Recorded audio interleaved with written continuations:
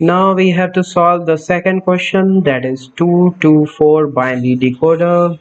So in the same file we can create a new source. So go to sources, go to add sources, click on add sources. Then you will click add sources, then you have to select the second option, add or create design sources. Then we have to click next, and then we have to click create file, and here file types would be VHDL and the file name will be, so in the code files we can see that the file name is taken as here entity name is decoder 2 to 4 with enable. So you have to copy this name and you have to paste in file name, and then we have to click OK, and then we have to finish. After clicking finish button you will get to select the ports. So in code we can see that it has two inputs, that is A and enable. A is of 2 bits, that is A1 and A0, and enable is of 1 bit, so it is in standard logic. And y is in, y has a 4, y will be, so our output will be 4 outputs. So y is taken as 3 down to 0, that is y3, y1, y2, y1 and y0.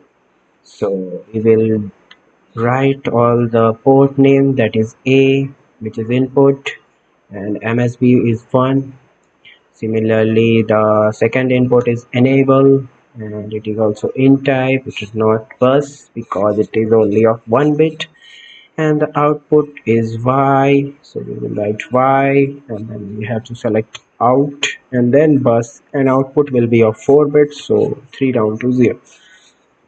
And then we have to click OK button. After clicking OK button, in sources we can see a new source has been created, that is decoder 2 to 4 with enable button. So we have to double click that, double click this file. You will get to see the code for 2 to 4 enable. So here we can remove the unnecessary comments. So let us remove the unnecessary comments, and then we can see our code clearly. So entity has been defined with A as input, enable as input, and Y as output.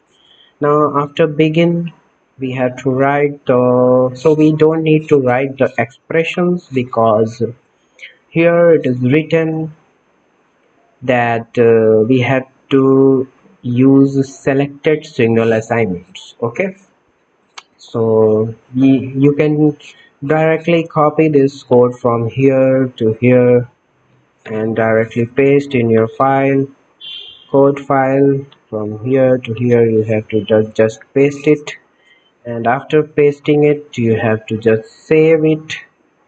And when you will save it, now one thing you need to do is right click this decoder file, right click on this file, and then you have to set it as top. So click set as top, so we can see that it came at the top. And similarly in the simulation sources, in click the sim1 file, and here also you have to set it as top. So in the design sources and then in the simulation sources you have to set the decoder file as top. After doing this you have to click same schematic button. So in the left side you can see at the bottom schematic button is there. So when you will click the schematic button you will get the schematic for the previous, that is previous one, that is 4 cross 2 priority encoder. But you can see a reload button is appearing at the top of your window, so you have to click on reload button. After few seconds you will get to see the new schematic, that is for 2 cross 4 decoder. So let us see the new schematic. So here we can see that A is the input and enable is the input and Y is the output. So this is the schematic for 2 cross 4 decoder. Now we have to go for simulation, then click on run simulation and click on run behavioral simulation. So when you will click run behavioral simulation, You will get this window here. Again we have the A out as input, enable as input, and Y as output. So you have to click the restart button. First click the restart button, then set the A1 bit, that is force clock. You have to do the force clock here, binary here 0, here 1, and let us take it as 400 and click 0. Similarly A0, so you have to do the force clock, then go for binary, then go for 0, 1, and then half of the previous one, that is 200 nanosecond, and then click OK. And we can take enable 1 for longer period of time. So enable, go right click on this enable, and then click force clock, and then you have to click binary and then 0. Let us take the leading edge as 1 and the trailing edge as 0. I think leading edge should be 0, leading edge and trailing edge. Okay, let us take 10 and take the time period as double of the highest one, that is 800 nanoseconds, and then click OK. After setting all the three inputs, that is A1, A0, and enable, you have to go for setting the time period you want to see the graph.